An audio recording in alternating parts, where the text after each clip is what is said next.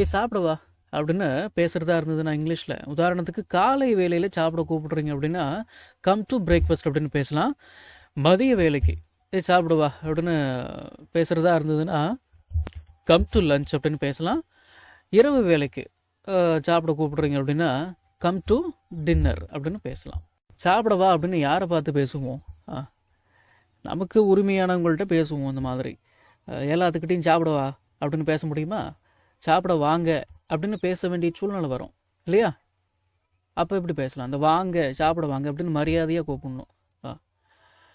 ஒன்றும் பெரிய விஷயம் இல்லை. இந்த ப்ளீஸ்ன்ற வார்த்தையை சேர்த்துக்கோங்க, சரிங்களா? Please come to breakfast, please come to lunch, please come to dinner. சாப்பிட வாங்க அப்படின்னு அர்த்தம். சரி சார், இது என்ன சார் இது கம் டு பிரேக்ஃபாஸ்டா, கம் டு லஞ்சா, கம் டு என்ன இது? நம்ம தமிழில் என்ன காலை உணவிற்கு சாப்பிடவா, மதிய உணவிற்கு சாப்பிடவா, இரவு உணவிற்கு சாப்பிடவா அப்படின்னா கூப்பிடுவோம். சிம்பிளாக சாப்பிடவா அப்படின்னு தானே கூப்பிடுவோம். அது எதுக்கு இப்படிலாம் பேசிக்கிட்டு அப்படின்னு உங்களில் சில பேருக்கு அதெல்லாம் கொஞ்சம் பிடிக்காமல் இருக்கலாம். Come to breakfast, come to lunch, come to dinner இப்படின்னு பேசுகிறதுக்கு பிடிக்காமல் இருக்கலாம். சரி, அதெல்லாம் நீங்கள் பேச வேண்டாம். பிடிக்கலன்னா அது உங்களுக்கு பேச பிடிக்கலன்னா பேச வேண்டாம். இப்படி பேசிக்கோங்க. கம் டு ஈட் அப்படின்னு பேசிக்கோங்க. கம் டு ஈட் அப்படின்னா சாப்பிடவா அப்படின்னு அர்த்தம். கம்முன்னா வா, டு ஈட் அப்படின்னா சாப்பிட. சரி சரி, சாப்பிடவா அப்படின்னு பேசுகிறதா இருந்ததுன்னா கம் டு ஈட் அப்படின்னு பேசுவீங்க. வந்து சாப்பிடு அப்படின்னு பேசுகிறதா இருந்ததுன்னா வந்து சாப்பிடுவா அப்படின்னு பேசணும். எப்படி பேசலாம்? வந்து சாப்பிடு. கம் டு ஈட்டுன்னா சாப்பிடவா, கம் அண்ட் ஈட் அப்படின்னா வந்து சாப்பிடு அப்படின்னு அர்த்தம் ஆச்சுங்களா? சரி, உன்னுடைய எதிர்காலத்தை பற்றி யோசித்து பார். உன்னுடைய ஃபியூச்சர் பற்றி யோசிச்சு பாரு. சின்ன பிள்ளையா நீ அப்படியே உட்காந்துருக்க. உன்னுடைய ஃபியூச்சரை பற்றி யோசிச்சு பாரு அப்படின்னு பேசணும். எப்படி பேசலாம் அப்படின்னா திங்க் அபவுட் யுவர் ஃபியூச்சர் அப்படின்னு பேசலாம். இல்லைன்னா திங்க் ஆஃப் யுவர் ஃபியூச்சர் அப்படின்னு பேசலாம். நான் நிறைய முறை சொல்லியிருக்கிறேன். அபவுட் அப்படின்றதுக்கும் ஆஃப் அப்படின்றதுக்கும் பற்றி அப்படின்னு ஒரு அர்த்தம் இருக்கு. சரி, நீ இன்னைக்கே போக வேண்டியிருக்கும்.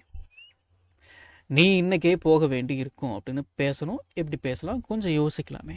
எப்படி பேசலாம் அப்படின்னா you will have to go today அப்படின்னு பேசலாம். You will have to go today. நீ இன்னைக்கே போக வேண்டியிருக்கும். நீ இன்னைக்கு போக வேண்டி இருக்கும் அப்படின்னு அர்த்தம். சரி, இந்த சின்ன பிள்ளைங்கள்லாம் தண்ணியை பார்த்தா விடாது. அந்த தண்ணிக்குள்ளே போய் உட்காந்துக்கிட்டு ஆட்டம் போடுங்க. அந்த மாதிரி சமயத்தில் இந்த மாதிரி நம்ம பேசுவோம். என்ன என்ன என்ன பண்ணிட்டு இருக்க? தண்ணியை விட்டு வெளியே வா, நீ தண்ணியிலிருந்து வெளியே வா, தண்ணியை விட்டு வெளியே வா அப்படின்னு பேசணும். எப்படி பேசலாம் அப்படின்னா get out of the water அப்படின்னு பேசலாம். Get out of the water, தண்ணியை விட்டு வெளியே வா அப்படின்னு அர்த்தங்களா? சரி, we are out of stock now அப்படின்னா எங்ககிட்ட ஸ்டாக் இல்லை இப்போ அப்படின்னு அர்த்தம். இல்லை நம்ம கிட்ட இப்போ ஸ்டாக் இல்லை. வீணா நாங்கள், எங்கள் அப்படின்னு தானே அர்த்தம். சரி, அப்போ தெரிஞ்சு வச்சுக்கோங்க. அவுட் ஆஃப் ஸ்டாக் அப்படின்னா ஸ்டாக் இல்லை, அதாவது இருப்பு இல்லை அப்படின்னு அர்த்தம். சரி, எல்லாரும் எங்கே இருக்கிறீங்க? எல்லோரும் எங்கே இருக்கிறீர்கள் அப்படின்னு கேட்கணும். எப்படி கேட்கலாம் அப்படின்னா where are all of you அப்படின்னு கேட்கலாம். சரி சரி, இப்போ கவனிங்க. ஏஆர்இ ஆர் இதோட பாஸ்ட் டென்ஸ் தான் வேர். WERE ஆரோட பாஸ்ட் டென்ஸ் தான் வேர். சரி, where are all of you அப்படின்னா எல்லாரும் எங்கே இருக்கிறீங்க. Where where all of you அப்படின்னா எல்லாரும் எங்கே இருந்தீங்க அப்படின்னு அர்த்தம். WERE இது வேர் அப்படின்னு தான் உச்சரிக்கணும். ஆனால் பேசும்பொழுது வேர் வேர் ஆல் ஆஃப் யூ அப்படின்னு பேசுனீங்கன்னா அது நல்லா இருக்காது. அதனால வேர் அப்படின்னே உச்சரிங்க, சரிங்களா? வேர் வேர் ஆல் ஆஃப் யூ அப்படின்னா எல்லாரும் எங்கே இருந்தீங்க. பாத்ரூமை யூஸ் பண்ணிக்கலாமா அப்படின்னு கேட்கணும். இந்த மாதிரி ஒரு கேள்வி கேட்குறதே முட்டாள்தனம் தான். அவங்க என்ன முடியாதுன்னு சொல்ல போகிறாங்க, இருந்தாலும் கேட்கணும். நம்ம நல்லா விசாரிப்போம். நல்லா இருக்கிறீங்களா அப்படின்னு கேட்போம். நல்லா இல்லைன்னு சொன்னால் மட்டும் நம்ம என்ன அவங்க வாழ்க்கையை ஏதாவது முன்னேற்றி விட போகிறோமா என்ன? இருந்தாலும் கேட்போம். அந்த மாதிரி தான் இதையும் கேட்கணும். பாத்ரூமை யூஸ் பண்ணிக்கலாமா? எப்படி கேட்கலாம் அப்படின்னா can I use the bathroom அப்படின்னு கேட்கலாம். இல்லைனா மே ஐ யூஸ் த பாத்ரூம் அப்படின்னு கூட கேட்கலாம். இருந்தாலும் இந்த ரெண்டு வாக்கியங்களில் can I use the bathroom அப்படின்னு பேசுறது தான் நல்லா இருக்கும், சரிங்களா? சரி, அதாவது நல்லா இருக்கும் அப்படின்னா உச்சரித்து பேசுறதுக்கு வசதியாக இருக்கும், அதை சொல்கிறேன், சரிங்களா? சரி. I'll make a note of that. இந்த வாக்கியத்துக்கு என்ன தமிழ் அர்த்தமா இருக்கும்னு நீங்க நினைக்கிறீங்க? I'll make a note of that அப்படின்னா நான் அதை நோட் பண்ணிக்கிறேன் அப்படின்னு அர்த்தம். இந்த மேக் ஏ அப்படிங்கிறத மேக் அப்படின்னு சேர்த்து வச்சுருங்க. சரிங்களா? சரி. உனக்கு என்னதான் ஆச்சு? ஆ உனக்கு என்னதான் ஆச்சு அப்படின்னு இங்கிலீஷில் பேசுறதா இருந்ததுன்னா வாட் ஹேப்பன் டு யூ அப்படின்னு கேட்கலாம். சரி. நீ ஒன்றும் உண்மையை சொல்கிற மாதிரி தெரியல அப்படின்னு பேசணும். எப்படி பேசலாம் அப்படின்னா you don't seem to be telling the truth அப்படின்னு பேசலாம். You don't seem to be telling the truth. நீ ஒன்றும் உண்மையை சொல்கிற மாதிரி தெரியல அப்படின்னு அர்த்தம். சரி. நடக்கிறதெல்லாம் நல்லதுக்கு தான், நடப்பதெல்லாம் நன்மைக்கே, நடக்கிறதெல்லாம் நல்லதுக்கு தான் அப்படின்னு பேசணும். எப்படி பேசலாம் அப்படின்னா what ever happens is for good அப்படின்னு பேசலாம். What ever happens is for good. நடக்கிறதெல்லாம் நல்லதுக்கு தான், நடப்பதெல்லாம் நன்மைக்கே அப்படின்னு அர்த்தம். சரி. எல்லாம் என் கையை மீறி போயிடுச்சு, எல்லாம் என் கையை மீறி போயிடுச்சு அப்படின்னு பேசணும். எப்படி பேசலாம் அப்படின்னா it's out of my hands அப்படின்னு பேசலாம். இந்த எல்லாம் அப்படின்ற வார்த்தைக்கு ஏற்ற மாதிரி இங்கிலீஷ்ல ஒரு வார்த்தை கூட இல்லையே அப்படின்லாம் கேட்கக்கூடாது. சரிங்களா?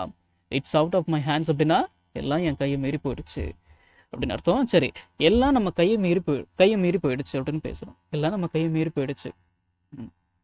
It's out of our hands அப்படின்னா எல்லாம் நம்ம கையை மீறி போயிடுச்சு. அவர் அப்படின்னா நம்முடைய அப்படின்னு அர்த்தம் எடுத்துக்கலாம். எங்களுடைய அப்படின்னும் அர்த்தம் எடுத்துக்கலாம். நம்ம தமிழ்ல பேசக்கூடிய அன்றாட வாக்கியங்களை இங்கிலீஷ்ல எப்படி பேசலாம்னு சொல்லி ஒரு 1000க்கும் மேற்பட்ட ஆங்கில வாக்கியங்களை தமிழ்ல மொழிபெயர்த்து ஒரு 5 PDF நான் ரெடி பண்ணியிருக்கேங்க. ஒரு PDFலையும் 200க்கும் மேற்பட்ட ஆங்கில வாக்கியங்கள் தமிழ் மொழிபெயர்ப்போட இருக்குங்க. ஸ்கிரீன்ல தெரியுற மாதிரி ஒரு பிடிஎஃபோட பிரைஸ் வந்து பாத்தீங்கன்னா 49 rupees. ஆனா இந்த 5 பிடிஎஃபையும் நீங்க 250 ரூபா கொடுத்தலாம் நீங்க வாங்க தேவையில்ல. ஜஸ்ட் 199 rupees பே பண்ணி நீங்க வாங்கிக்கலாம். உங்கள சில பேருக்கு இந்த பிரைஸ் கொஞ்சம் அதிகமா தெரியலாம். உங்ககிட்ட நான் பணிவோட சொல்லிக்கிறது என்னன்னா இந்த 5 பிடிஎஃபையும் ரெடி பண்றதுக்கு எனக்கு ஒரு வாரம் டைம் எடுத்துக்கிச்சுங்க. ஸோ அந்த டைமுக்கு தான் நான் உங்ககிட்ட பணம் கேட்கறேனே தவிர மற்றதெல்லாம் எதுக்கும் கிடையாதுங்க. நீங்க புரிஞ்சுப்பீங்கன்னு நான் நம்புறேன். பிடிஎஃப் வந்து இப்படி தாங்க இருக்கும். ஸோ விருப்பம் உள்ளவங்க ஸ்கிரீன்ல தெரியுற நம்பருக்கு கால் பண்ணுங்க.